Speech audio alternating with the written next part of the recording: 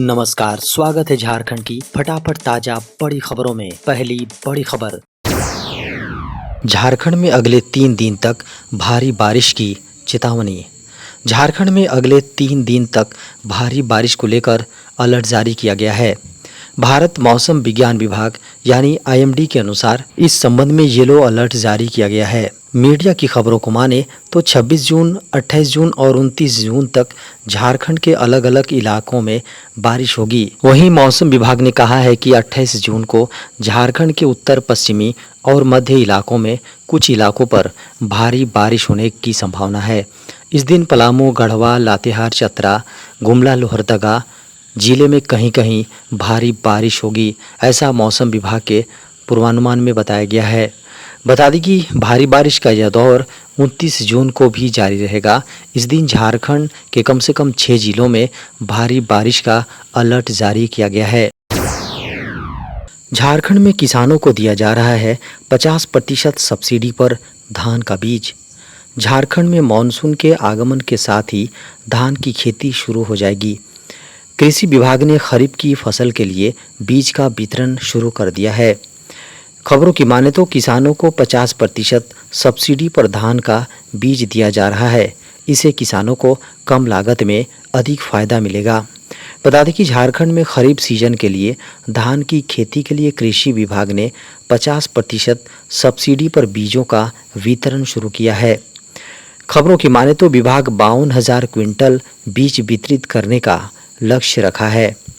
किसान ब्लॉकचेन के माध्यम से अपना रजिस्ट्रेशन कर सकते हैं और बीज की खरीदारी के लिए ओटीपी प्राप्त कर सकते हैं। किसानों को धान की बीज उपलब्ध कराने के लिए विभाग ने राष्ट्रीय बीज निगम से 25,730 क्विंटल बीज खरीदा है। इसका वितरण सभी जनपदों में किया जा रहा है। इस बार विभाग ने 52,000 क्विंटल बीज वितरण करने का लक्ष्य रखा है। झारखंड में 25 जून से 24 जुलाई तक चलेगा प्री रिवीजन एक्टिविटीज़। झारखंड में केंद्रीय निर्वाचन आयोग के दिशा निर्देश अनुसार 25 जून से 24 जुलाई तक मतदाता सूची के द्वितीय विशेष संक्षिप्त पुनरीक्षण कार्यक्रम यानी प्री रिवीजन एक्टिविटीज किया जा रहा है। इसके तहत बीएलओ घर घर जाकर वोटर लिस्ट का पुनरीक्षण करेंगे। साथ ही उच्च अधिकारियों द्वारा भी इसका भौतिक वेरिफिकेशन किया जाएगा। खबरों की माने तो झारखंड में होने वाले मतदाता सूची के द्वितीय विशेष संक्षिप्त पुनरीक्षण कार्यक्रम से संबंधित विभिन्न बिंदुओं पर सोमवार को के रवि कुमार ने इसकी जानकारी दी। उन्होंने झारखंड के नागरिकों से अनुरोध किया कि मतदाता सूची के पुनरीक्षण कार्यक्रम के दौरान नए पात्र मतदाता स्वयं को पंजीकृत करवाने या जिन मतदाताओं के पास पुराने लेमिनेटेड कार्ड हैं उसे अद्यतन कराने के लिए अपने बीएलओ के माध्यम से या वोटर हेल्पलाइन ऐप पर आवेदन समर्पित कर सकते हैं। झारखंड में मानसून की धीमी प्रगति के कारण जून में 67% हुई है कम बारिश। झारखंड में दक्षिण पश्चिम मानसून की धीमी प्रगति के कारण जून में अब तक 67% कम बारिश दर्ज हुई है।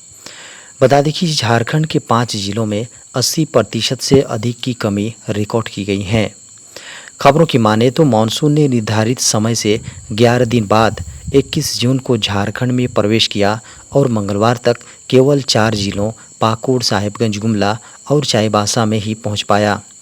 बताया गया है कि 1 जून से 25 जून की अवधि में झारखंड में 46.6 मिलीमीटर बारिश दर्ज की गई, जबकि सामान्य तौर पर इस अवधि के दौरान 139.9 मिलीमीटर वर्षा होती है। खबरों की माने तो 24 जिलों में से 5 में बारिश में 80% से अधिक की कमी, जबकि 8 जिलों में 70% से अधिक की कमी दर्ज की गई। झारखंड में शिक्षकों की कमी होगी जल्द दूर, होगी शिक्षकों की बम्पर भर्ती। झारखंड में 80 सीएम स्कूल ऑफ एक्सीलेंस और 325 प्रखंड में आदर्श स्कूलों में शिक्षकों की कमी को खत्म करने के लिए शिक्षक बहाली की प्रक्रिया की जा रही है। इन स्कूलों में सीबीएसई के पैटर्न पर पढ़ाया जाता है और ये सभी स्कूलों को सीबीएसई द्वारा मान्यता प्राप्त है। बता दें कि झारखंड के स्कूलों में शिक्षकों की बहाली होने वाली है। दरअसल झारखंड में हेमंत सोरेन द्वारा शुरू की गई मुख्यमंत्री उत्कृष्ट विद्यालय यानी सीएम स्कूल ऑफ एक्सीलेंस में शिक्षकों की कमी है।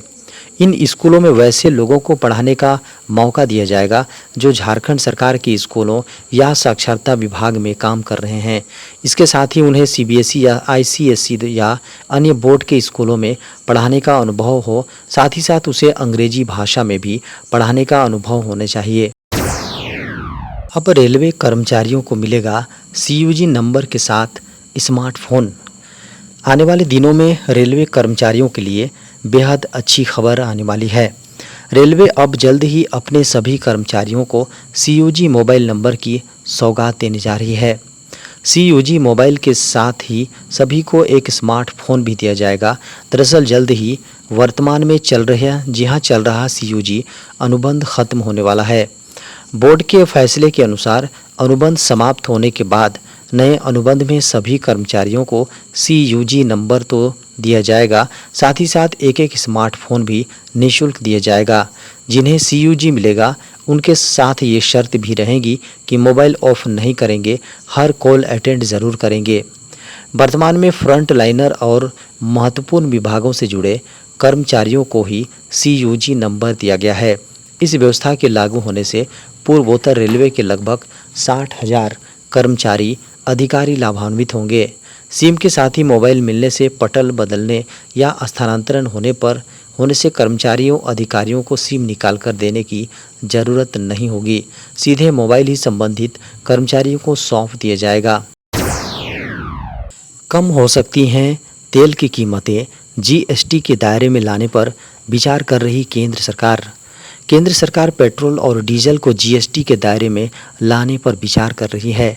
अगर ऐसा होता है तो पेट्रोल और डीजल की कीमतों में लगभग 20 रुपये तक की कमी आ सकती है। इसे न केवल तेल कंपनियों को इनपुट पर चुकाए गए कर को कम करने में मदद मिलेगी, बल्कि देश भर में ईंधन पर टैक्स में एकरूपता आएगी। यदि यह फैसला लागू होता है तो पूरे देश में पेट्रोल और डीजल लगभग एक ही कीमत पर उपलब्ध होंगे। इसके लिए राज्य सरकारों को मिलकर पेट्रोल डीजल पर कर की दरें तय करनी होंगी। 1 जुलाई से सिम कार्ड को लेकर बदल जाएंगे नियम, ग्राहकों को लगेगा बड़ा झटका। 1 जुलाई से मोबाइल सिम कार्ड से जुड़े नियम बदलने जा रहे हैं। भारतीय दूरसंचार नियामक प्राधिकरण यानी ट्राई द्वारा 15 मार्च 2024 को नए नियम जारी किए गए। ये नियम 1 जुलाई 2024 से देश भर में लागू हो जाएंगे। ट्राई का कहना है कि नियमों में बदलाव से धोखाधड़ी की घटनाओं को रोका जा सकता है। हालांकि इससे आम यूजर्स को असुविधा हो सकती है। ट्राई के नए नियमों के अनुसार जिन मोबाइल यूजर्स ने हाल ही में अपना सिम कार्ड बदला है वे अपना मोबाइल नंबर पोर्ट नहीं करा पाएंगे। सिम स्वैपिंग को सिम एक्सचेंज करना कहा जाता है। दरअसल सिम स्वैपिंग में यूजर्स अपने टेलीकॉम ऑपरेटर से अपना पुराना सिम बदलकर नया सिम लेने के लिए कहते हैं। ट्राई का कहना है कि इस नए नियम से धोखाधड़ी की घटनाओं को रोकने में मदद मिलेगी। नया नियम जालसाजों को सिम स्वैपिंग या स्विचिंग के तुरंत बाद मोबाइल कनेक्शन पोर्ट करने से रोकने के लिए लागू किया गया है। व्हाट्सएप पर आया सबसे शानदार फीचर, एक बटन दबाते ही हो जाएगा काम। व्हाट्सएप ने अपने नए अपडेट में एक नया फीचर जोड़ा है जो उपभोक्ताओं के लिए बेहद काम का है। अब आपको किसी भी यूजर के नंबर को अपने फ़ोन में सेव किए बिना ही व्हाट्सएप कॉल करने की सुविधा मिल रही है। यह फीचर खासकर उन लोगों के लिए फ़ायदेमंद साबित हो सकता है जो अक्सर अलग अलग नंबरों पर कॉल करने के लिए अपने फ़ोन में अलग अलग संपर्क सेव करने में परेशानी महसूस करते हैं। इस नए फीचर के ज़रिए आप अब बस उस यूज़र के व्हाट्सएप नंबर पर जाएंगे, उसे सेव किए बिना ही उसे कॉल कर सकते हैं। इसके लिए आपको उस व्यक्ति के व्हाट्सएप प्रोफाइल पर जाने और कॉल बटन दबाने की ज़रूरत होगी। यह न सिर्फ आसानी से कॉल करने की सुविधा देगा, बल्कि इससे आपका समय भी बचेगा और आपका व्हाट्सएप यूनिक तरीके से व्यवस्थित रहेगा। इस नए फीचर की शुरुआत से पहले व्हाट्सएप पर कॉल करने के लिए आपको उस यूज़र का नंबर सेव करना ज़रूरी था, जो कि कई बार अज्ञात या अस्थायी नंबर होता था। अब इस नए फीचर के साथ यह समस्या खत्म हो गई है। अगले साल से एक ही चार्जर से चार्ज होंगे फ़ोन, टैबलेट, लैपटॉप। भारत में अगले साल से यूनिवर्सल चार्जिंग पोर्ट लागू होने वाला है। इसका मतलब है कि हर मोबाइल फ़ोन, लैपटॉप, टैबलेट और अन्य डिवाइस को चार्ज करने के लिए USB टाइप C पोर्ट दिया जाएगा, जिससे सभी गैजेट्स को एक ही चार्जर से चार्ज किया जा सकेगा। ऐसे में ई वेस्ट भी कम होगा। इस वर्ष तक सरकार लैपटॉप को चार्ज करने के लिए टाइप सी पोर्ट के इस्तेमाल को भी अनिवार्य कर सकती है। मामले में खबरों की माने तो लाइव मिंट की रिपोर्ट है कि इलेक्ट्रॉनिक्स और सूचना प्रौद्योगिकी मंत्रालय जल्द ही डिवाइस निर्माताओं को स्मार्टफोन और टैबलेट में एक समान चार्जिंग पोर्ट शामिल करने का निर्देश दे सकता है।